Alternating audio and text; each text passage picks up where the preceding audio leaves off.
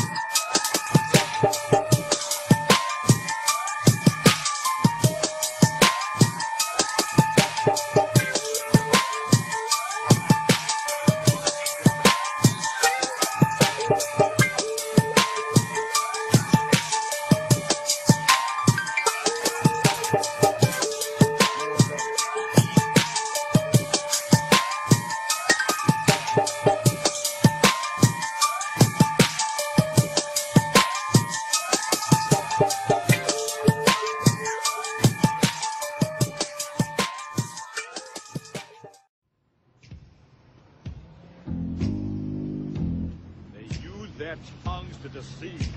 The venom of snakes is under their lips. Their mouths are full of bitterness and curses. And in their paths, nothing but ruin and misery. And the fear of God is not before their eyes. They have taken the hearts and minds of our leaders. They have recruited the rich and the powerful. And they have blinded us to the truth. Our human spirit is corrupted. Why do we worship greed? Because outside the limit of our sight, feeding off us, perched on top of us from birth to death, are our owners. Our owners. They have us. They control us.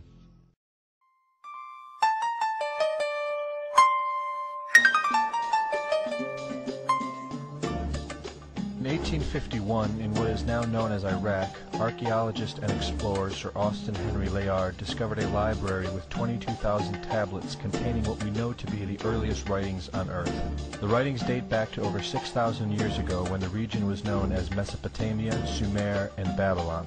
Amongst these vast writings is a story which mirrors the book of Genesis in the Bible. It tells a story of a great flood which reshaped the face of the planet Earth and all of her inhabitants. It tells a story of a tower built and the creation of the spoken word. One of these scrolls includes a star map of what appears to be a sun and its planets. The writings include detailed descriptions and maps of our solar system matching what we know today and beyond. It includes a 10th planet in an orbit between Mars and Jupiter. It is written that the 10th planet Nibiru was thrust into our solar system and collided with the planet Tiamat. The remaining bulk of Tiamat over time became Eridu, the Earth as we know it, and the rest of her became the asteroid belt. In retrograde to the other 9 planets, Nibiru took orbit around our Sun in a long ecliptic or apogee. Lasting 3,600 years, it passes between Mars and Jupiter. In recent years, based on the patterns of our known solar system, astronomers have been looking for a planet with this same orbit. In search of this planet, they discovered the planet Pluto. The search continues. According to the ancient texts, this detailed information was given to them by the Anunnaki, or those who from heaven to earth came. They described the Anunnaki as a reptilian race of gods which came to the earth in fiery ships from their home planet of Nibiru, the 10th planet. It is written that these Anunnaki came to the earth to mine gold and other elements to serve in protecting the atmosphere of their distant home planet. After a workers' revolt, the Anunnaki rulers began to genetically alter Cro-Magnon man to create a slave race, resulting in the human race. It was said that we were created by the gods in clay vessels. It is written that man was forbidden to depict the Anunnaki in their actual form. Just prior to the Great Flood, the bulk of the Anunnaki would return home, leaving numbers of them behind to watch over the earth. Anu was king. Assigned to Anu to heed his instructions. 300 in the heavens he stationed as a god. The ways of earth to define from the heaven. And on earth 600 he made reside, after he all their instructions had ordered, to the Anunnaki of heaven and of earth, he allotted their assignments.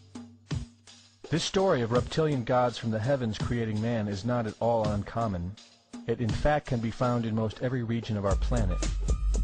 In Japan, emperors claim descent from dragon gods who came from the sky. Australian Aborigines teach of a reptilian race which lives underneath the earth and governs over men. They believe they are descendants of a race of dragon human. China teaches the serpent queen Nukua interbred with man. India calls these reptilian gods Nagas and claim they seeded their royal families. Throughout the Middle East it is believed a serpent race created man. The book of Genesis tells of giants who came from the heavens to breed with the daughters of man. They are called the Nephilim. In Africa they call them Chitauri, children of the serpent. The royal kings of Africa claim descent from serpent gods who came from the sky. In South America, the Mayans teach that their ancestors were the people of the serpent. The Aztecs were said to be created by a serpent woman. In America, the Hopi Indians believe sky gods came to earth to breed with their women and refer to them as their snake brothers. The word Sioux means snakes, and Iroquois means serpents. It seems the only places you will not find this historical story is where the history has been methodically destroyed. The descendants of King Anu in Sumeria and Babylon can be traced throughout time. The pharaohs of Egypt were from the bloodlines of the Babylonian kings. The rulers of the Roman Empire can be traced to Egyptian hierarchy. All throughout Europe, the royal families can be traced back to the great Roman emperors. 34 of the presidents of the United States are directly descended from European royalty, with the remaining 8 who are only closely related to these same bloodlines. In 1934, President Franklin Roosevelt placed the Great Seal, originally created in 1782 by the Freemasons, on the dollar bill. Represented in the Great Seal is a pyramid and the all-seeing eye, known to be used by the elusive society, the Illuminati. Strung together in conspiratorial confusion are secret societies such as the Illuminati, the Freemasons, and the Bohemian Club. In 1917, National Geographic did a story on a place in Montreal, California called Bohemian Grove. The story reports a place where the world's elite, members of the Bohemian Club, retreat to in late July and conduct an ancient occult ceremony called the Cremation of Care. Every year in July, the world's leaders, media moguls, and members of the World Bank spend 2 weeks of what is known as a men-only retreat at the Grove. In the year 2000, ABC television show World of Wonder infiltrated Bohemian Grove with hidden cameras and aired the video on the BBC. The video shows the large mass of men donning red and black robes and once again conducting the Cremation of Care ceremony. The altar is at the base of a 200-foot owl, the Babylonian symbol of the god Moloch, the god of human sacrifice. In the video, a body is delivered upriver to the altar where it is set on fire.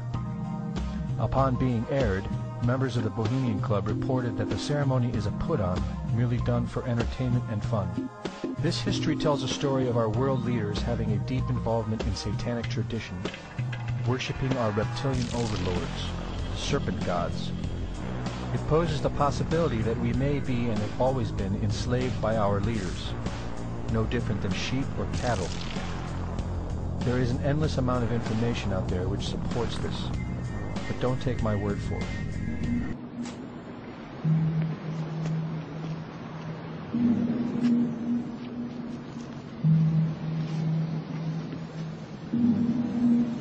What's your problem?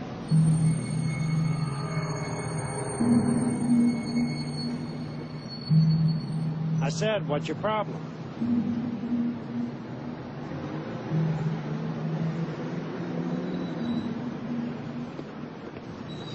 How are you today, sir? Okay, how's it going? Fine, thank you. Thank you, sir.